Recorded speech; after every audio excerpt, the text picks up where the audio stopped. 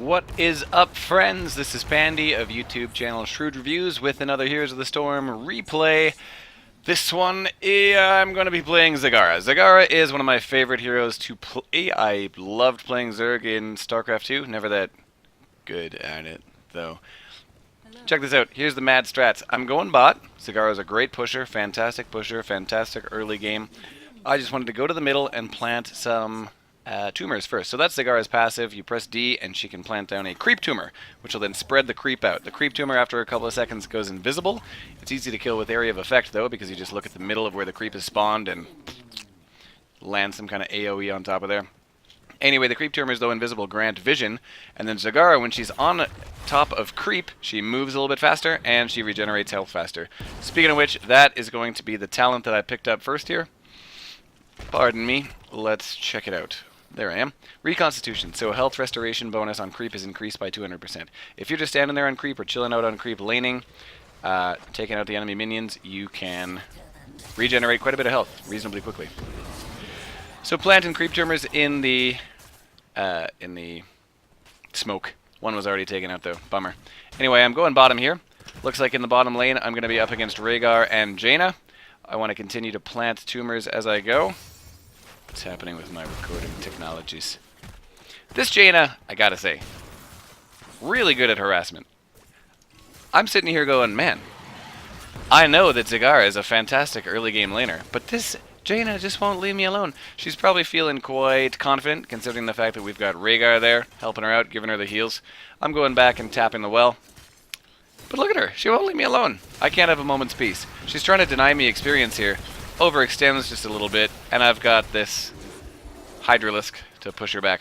So, Zagara's abilities, in case you don't know, her Q is she shoots out a line of 4 Banelings. These are little Zerg units, that's it right there, that explode when they reach an enemy, or when they reach their maximum length. Her W, she throws out a Hydralisk, this little guy right here. He chases down whatever hero you've casted on, whatever target you've casted on. It could be a minion, it could be a mercenary, it could be a tower. It'll move on up, and it will auto-attack from range. Does a lot of damage if you don't do anything about it. Look at that wall from our Nazebo. Fantastic. We've managed to kill Vala. That was great placement of the wall there. My allies come bot, pick up a nice kill. That's great. We also chase back the Jaina quite a bit, so that leaves me free to push. You can see what I'm doing here. I'm trying to keep creep tumors up. Planting multiples. Planting them in the smoke is a great idea because you'll grant vision of the smoke for yourself and all your allies, which is great. I can see this Kerrigan here, obviously. They're on my team. I'm so used to being like, red, that's the enemy. So Jaina's back. Rhaegar's in the middle. Jaina's trying to push again, but Kerrigan has been waiting.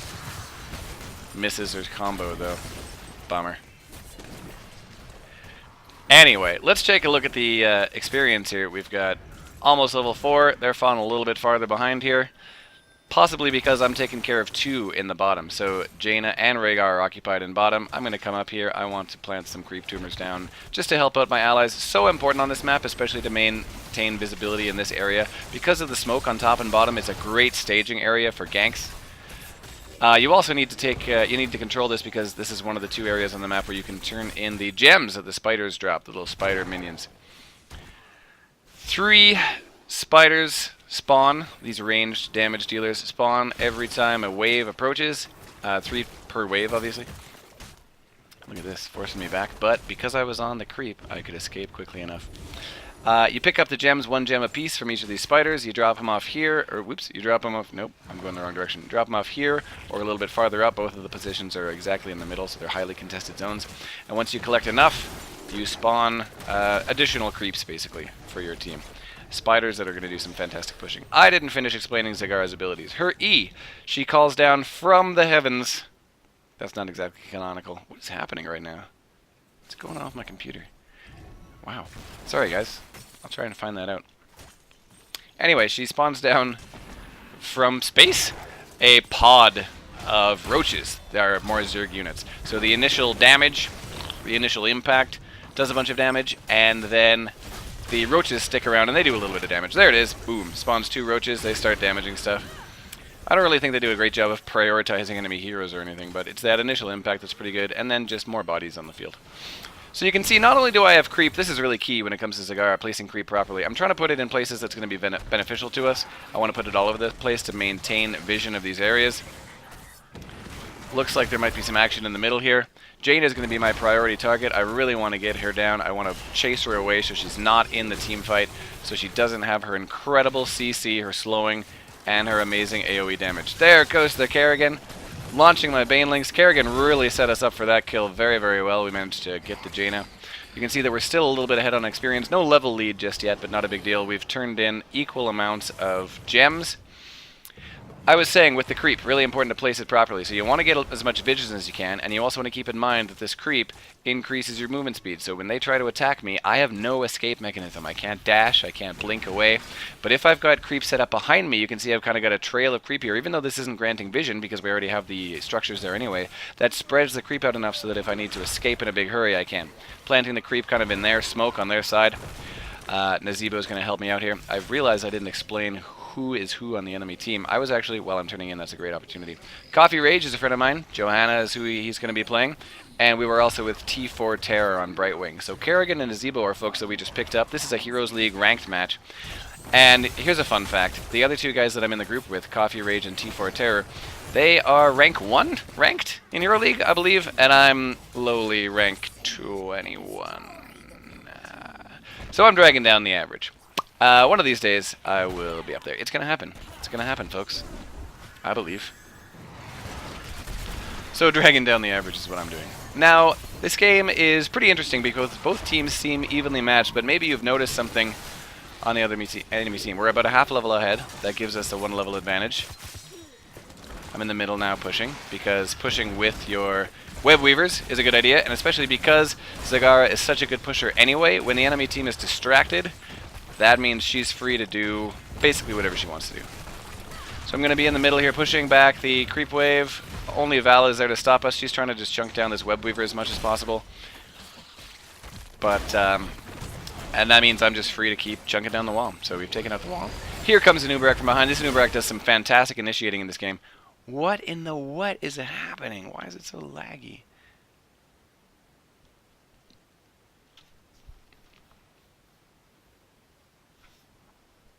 I'm not wearing a watch. Let's talk about the enemy team. So they've got a lot of burst. They've got Kael'thas, huge burst, especially past level 16. They've got Jaina with lots of AoE and CC, which is, man, what a combo. If Jaina can land a good Cone of Cold or a good Blizzard, slow everybody down, that means they're going to be very unlikely to escape the Pyroblast from Kael'thas.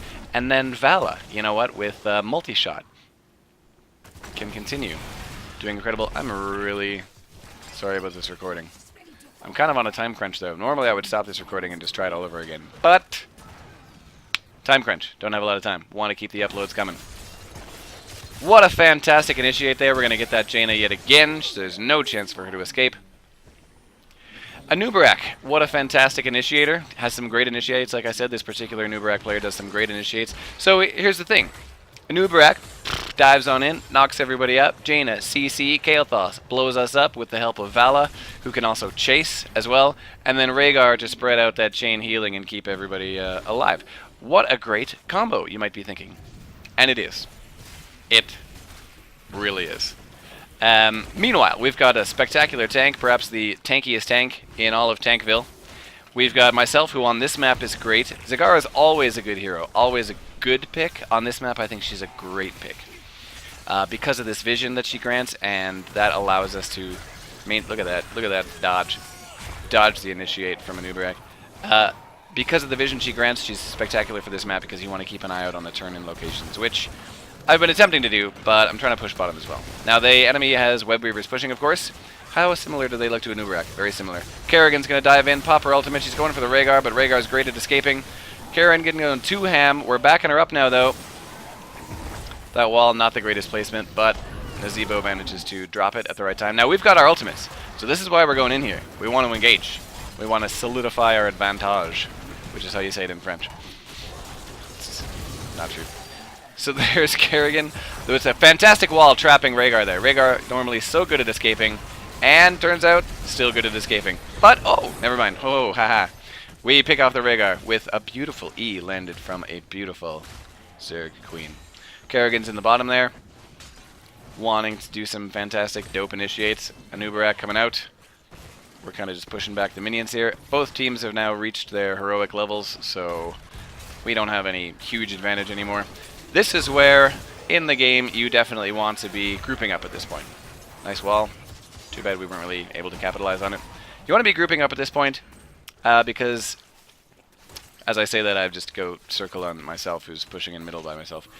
Because this is the point where, since both teams have heroics now, getting a level advantage, maintaining a level advantage, not as important for the next little while. You definitely don't want to fall behind too far. You don't want the enemy team getting 20 faster than you. Level advantage does matter. I'm not saying it's unimportant. I'm saying now's the time when it starts to matter a little bit less. So I just wanted to maintain pressure. We've got all our lanes pushing. Never mind, this one's in the middle.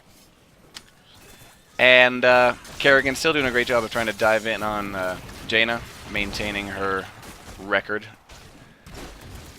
Or her pattern, anyway, of diving in on Jaina and getting some quick Jaina ganks. We're a little bit disjointed at this point, spread out, but that's okay. The enemy team is kind of the same way. So let's talk a little bit about Kael'thas real quick. We only have 2. We only need 2 more gems from these spiders. Carrie's not turning in, so I'm going to try and go turn in here in a second. Let's talk about Kael'thas.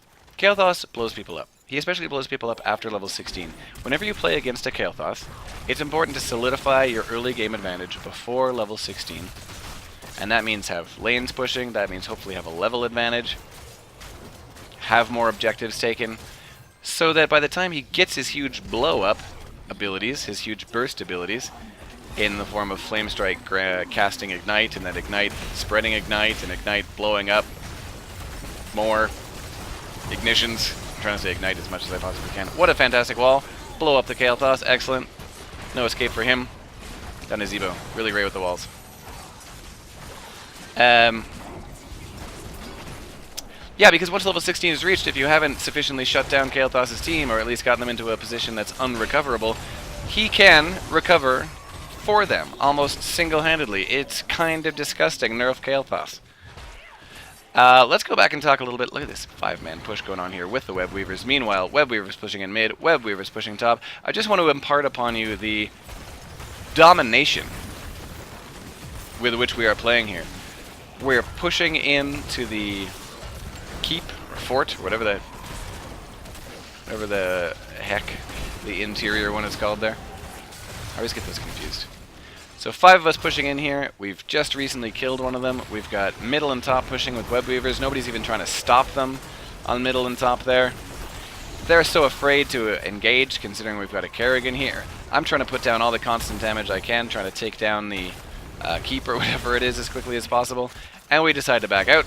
Azeebo's OOM, which means oot of mana. I'm from Canada, by the way. Was that clear? So we're disengaging. Johanna's a great disengager. She can just, you know, take up everybody's attention, let us get out. I'm trying to plant some creep tumors while I go, just to maintain vision. Oh, more lag. I can hear my computer churning. It's like a mill. It's kind of disconcerting. Anyway, look at this. Look at the push. All 3 lanes are pushing. We've taken out all the outer walls here. We're 2.5, but 3 actual number levels ahead. We're gonna move on in here, and sorry, they're moving in there to take their objective. We spot Jaina and Rhaegar and Kael'thas. Let's see what happens here. They could be hiding in here. We don't want to get blown up by Jaina and Kael'thas, so we're kind of nervous about this. I'm gonna dive in now, knowing my support is here. My team is there to support me as I plant down that creep tumor. So we're turning everything in. We don't have quite enough for another turn in, but hey, every little bit counts. They just got there. Bruiser camp. Look at top. Top's pushing on the interior wall now. We start thinking, hey, this might be a good idea, because otherwise we're just going to waste our time, you know, pushing kind of uselessly. As soon as Yeebs goes down there to start soloing it, fantastic. Hey, I haven't talked about my build in a while. So Reconstitution, pretty standard. Envenom Spikes, pretty standard. Your basic attacks have more range and they do a little bit of damage over time. Rapid Incubation, very standard. That's going to allow you to stand still for 3 seconds and regenerate health and mana, which is great. Zagara's got incredible sustain, which is awesome. Because she's not super mobile, you don't want to have to go back. And I wanted to spot the boss pit here, the throw pit. You don't want to have to go back all the time when your mana runs out, because you run through mana so quickly on this hero. Caught by the Anub'arak. The enemy team engages, backing up on the creep. Johanna goes in there to distract them, to get their attention, to do what tanks do. And we manage to disengage, but the double stun from Vala. Johanna goes in once again, sucking them all in, making sure that they can't do anything about it. I am getting attacked by the Water Elemental and Vala for a second there, so I'm going to back off, but the Water Elemental is chasing. Meanwhile, Rhaegar heals himself with Ancestral Healing. The enemies back off because Kerrigan's super scary. Meanwhile, I've used Rapid Incubation so I can rejoin the fight now, but they've all disengaged. So a little bit of a scuffle there, but no deaths. We're still vastly ahead. Look at this, 7 kills to 0 kills, still 2 levels ahead, or level and a half ahead. Pushed in all lanes, like I'm saying, we've got this fantastic advantage. It looks like we can do absolutely no wrong, going for objectives, communicating as a team. You didn't know that, but Coffee Rage, T4 and I were on voice communication while this is going on. Let's see what they're up to. Jumping around, causes my computer to lag. They're finally doing something about these giants. Let's go back to the build real quick. Of course, taking Devouring Maw. It's going to send up this weird Zerg worm thing to swallow everything for 4 seconds. They take a little bit of damage from that, but mostly it's about taking heroes out of the fight. Oh, speaking of fight. The battle is joined by the 2 specialists, and then the tank dives in. Johanna going to try and attack that Kael'thas and really just chunk him down so he's scared to rejoin the rest of the fight. Kerrigan's got the same idea, but isn't able to truly capitalize on it. We're pushing them back, right? We've got this 2-level advantage. There seems to be nothing they can do. All they can do is run while they're not catching anything. Kerrigan, excellent combo. Bam! Kael'thas dead. Holy heck, are we ever feeling good about this game right now? What an incredible advantage, which we have established over the long haul and held onto. None of us have died yet. Insane in the membrane. Let's go back to the build. Groove Spines and Brood Expansion, those are, again, standard to that level. Initiation from Anub'arak, getting himself caught in the wall from Nazebo, but escapes because you can attack the wall and damage it with AoEs so you can break it down before it expires. Anub'arak with his sustaining ult, the beetles swarming around him, doing damage to Coffee Rage, to Johanna here. And healing him up. Kerrigan going to dive in, but Vala escapes. Anub'arak goes down. Rhaegar goes down. This team is unstoppable. The zombie goes in and gets blasted back to the Inferno. Kerrigan can't really capitalize on that. Gets stunned. Pyroblast comes in, blows up Kerrigan. First of our deaths in this game. Kerrigan just a little bit too deep next to the Nexus here, or Core, or whatever it's called. Too many other MOBAs out there. Confusing with the terms. So we're trying to back out now because we've had our assassin, our burst damage, taken out. We take out their Jaina who tried to flank us. I'm going to swallow Kael'thas, but the Vala gets me with her ult. Does she pay the ultimate price for her daring do? No. No, she doesn't. So after that team fight, we're still up 9 kills, but 3 of us are dead. 2 of them are dead. It's not like they can push just about all of their damage. 2/3 of their damaging members on their team are gone now. They're going to go for an objective. Our bottom lane is still pushing. We've got Web Weavers descending now. Still, we look like we're in a commanding lead. Johanna's going to go down here and start in that siege camp. She's going to take forever doing that unless she gets some help. I was talking about my build again. So, these 2 are very standard to take. I'm going a very standard build here, folks. It's a damaging build. It's a DPS-focused build. It's great for pushing as well because you're Zagara. She's just great at pushing. Sustain as well from the incubation and the reconstitution. These 2, well, this increases the range and at which you can cast Hunter Killer, your Hydralisk attack, your W, and it increases their damage. And this means you can cast it twice in a row. You can hold 2 charges of it. So, really great synergy there on that ability. If you ignore those Hydralisks, or Hunter Killers, I guess, as I've been saying.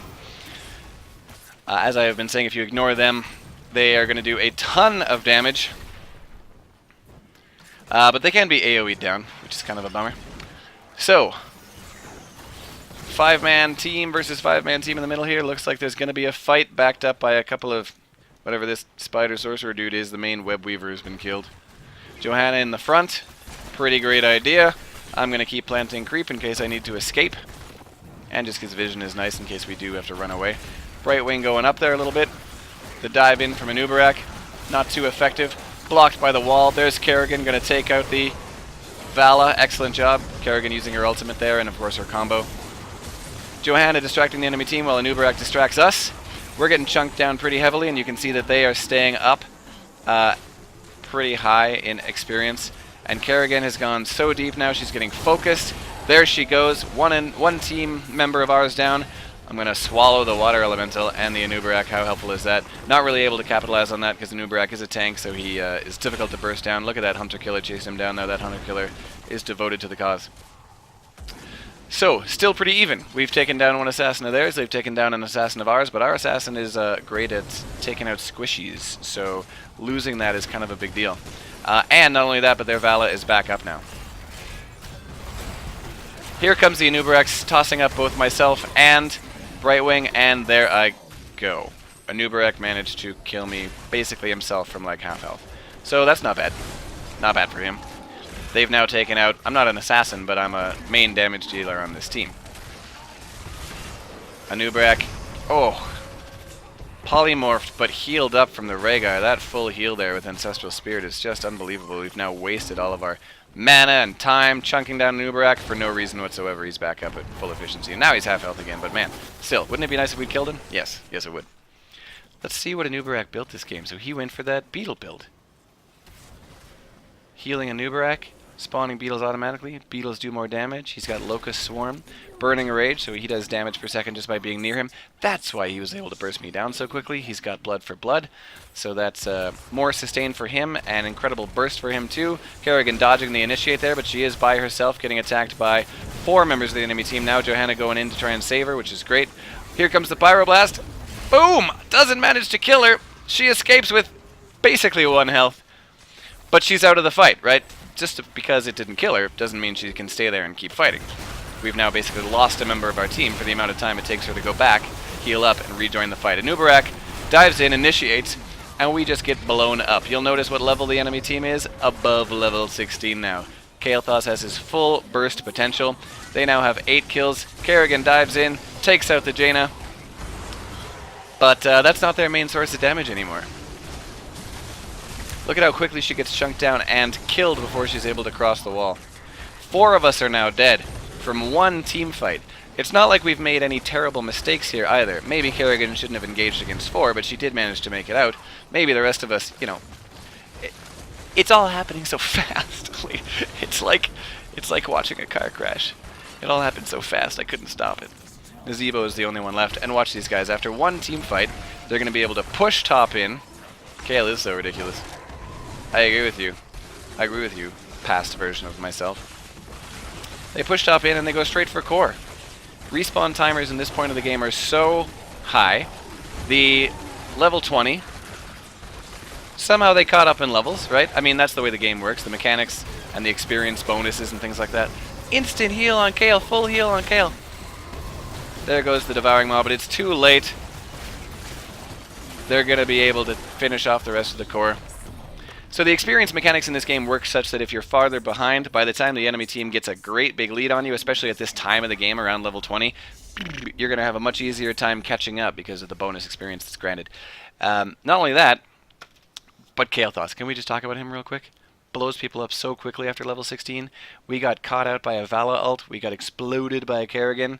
And that's it. 1 team fight can turn the game around. So, do I sound a little bit salty? I'm not swearing or anything. I'm not cursing Blizzard. I love this game. Fun game. I guess what I want you to take away from this is a message of hope. Right? A message of hope. If you are 3-4 levels behind, were they 4 levels behind at all? I think at most they were 3 levels behind in the mid-game. Don't lose hope. Despite the fact that you might have 2 inside forts down, forts, keeps, whatever they are, right? Your lanes are completely pushed in. All you need on your team is Kael'thas. Let me put it in a less salty way. All you need is 1 good team fight. From 1 team fight up here in the top lane, they managed to take 4 out of the 5 of us out, push in, and 100% to 0 the core. Let's just look real quick at the stats here. Takedowns, Nazebo, this was a great Nazebo who never died. He's got the highest siege damage. He's got the most hero damage. He's got pretty high, he's got up there anyway, top 3 XP contribution. I didn't do quite so well in this game. Okay, 2nd most siege damage on the team. We had a Kerrigan. Okay, so anyway, what you're seeing is Nazebo was fantastic. This is maybe what happens a little bit when you have a rank 21 player with a couple of rank 1 players. Sorry, T4. Terror and Coffee Rage dragging the average down a little bit there. But anyway, guys, never give up. That's why there's no surrender button. Thanks again for watching the replay. Once again, I have been Pandy. Like, comment, subscribe. And I would love to hear your stories about incredible comebacks that you've made or incredible comebacks that you've been the victim of. Ta for now, friends. Thanks for tuning in.